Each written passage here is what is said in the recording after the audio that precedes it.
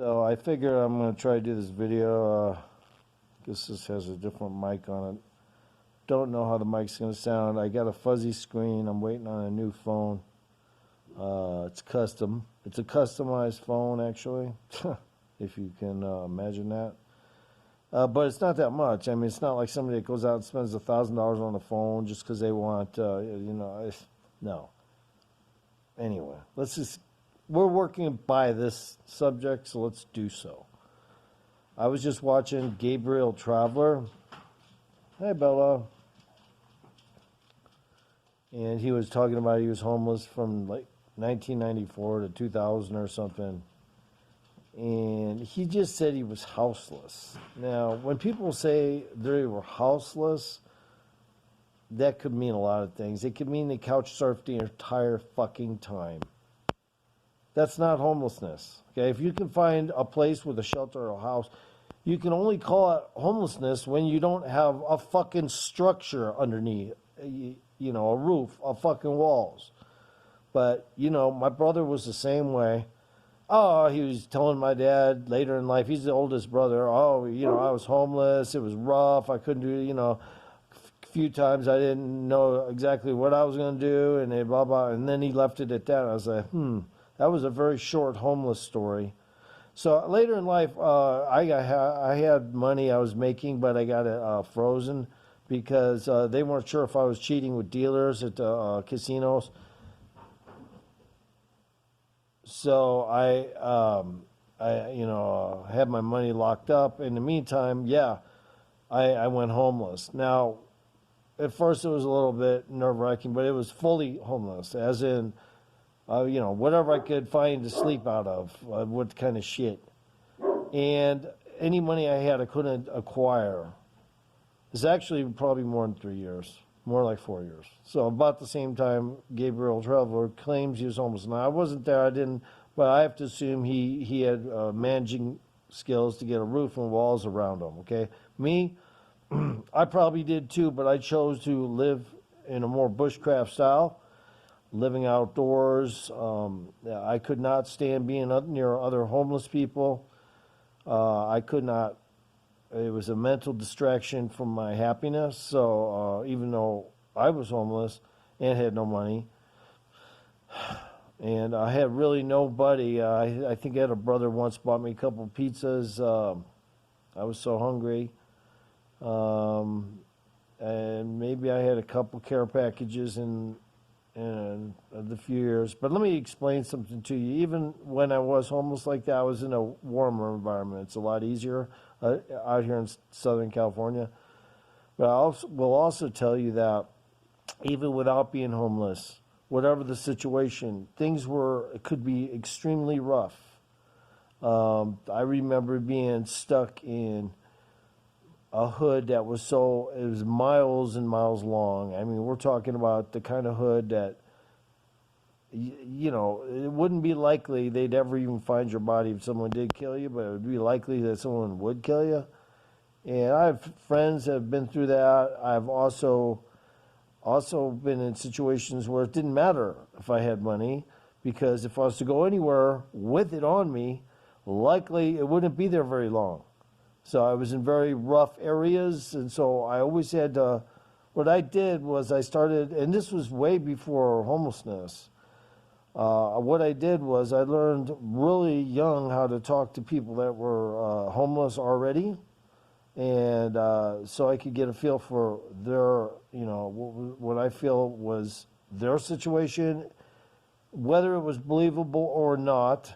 I could get an evaluation, kind of like a judgment, if you will, a psychological, if you will, profile, but you're not, because you're probably one of them young people, so you can't profile people. That's how you catch motherfuckers that stole your fucking, garage tools or something. You fucking, he's the likely individual. I'll have to look into it. It's called profiling. Yeah, I profile.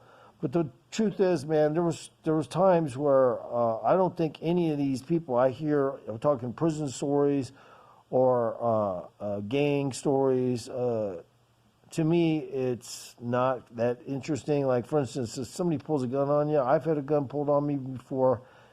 It wasn't loaded, but let's just put it this way: that guy moved to Grand Junction after that, okay? Because he knew the next step I was going to make. I didn't kill him or nothing. I didn't even beat him up for it because it was unloaded. But let's just put it this way: I told him what the deal was, and he moved, okay?